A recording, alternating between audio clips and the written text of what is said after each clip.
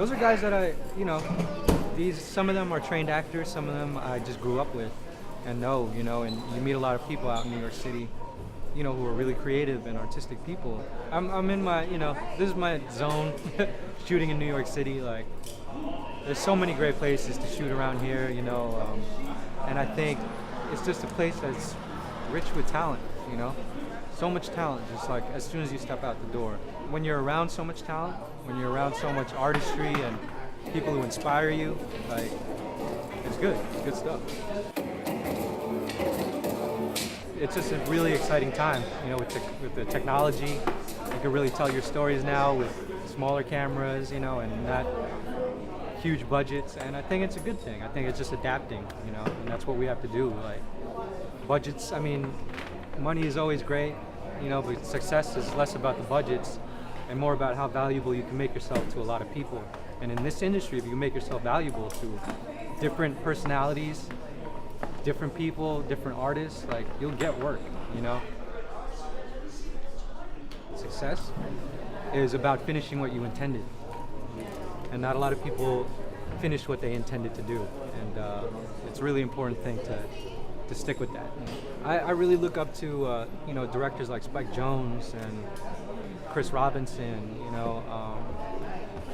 guys like Michel Gondry, Robert Rodriguez,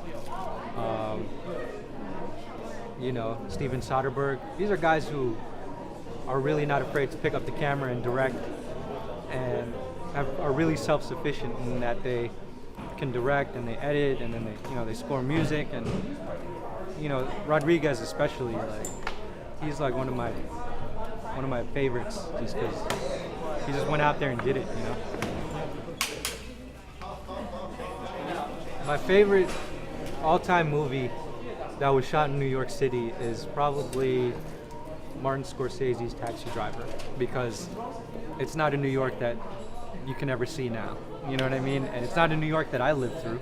It was made before I was born. But it's always exciting to see that, because he really captured it in a moment before New York City turned into like an amusement park. You know what I mean? Before it became Disney-fied, and like Bernard Herrmann is a legendary composer. He's did stuff with Hitchcock, and I think that's why Scorsese wanted him so bad. And that was unfortunately his last score. You really don't come across scores like that, very often. Now it's all like big, huge, swelling, orchestrated music, and his stuff was just like sad and tragic, and it wasn't like indie electro, like, emo rock music. I'm sad, you know what I mean? Like, it was like, it really told the story, and we're gonna come back around. So I think that's really where filmmaking is gonna come again, like that 70s kind of craft work, into making films that not afraid to get your hands dirty, taking risks kind of filmmaking. So it's exciting. Well,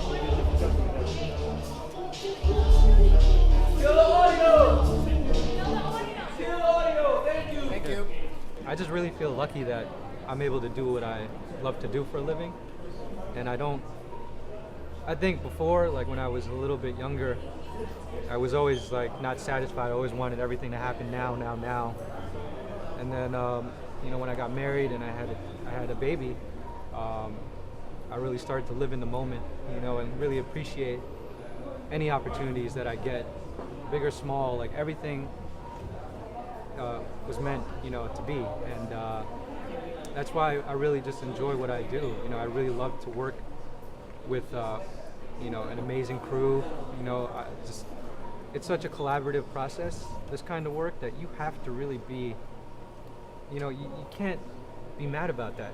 Like, I can't imagine not liking this and not loving this and not being around so much talent. Like, that's why I do this, and so that's really why I'm really relaxed and laid back. I think, like, there's nothing I would rather be doing,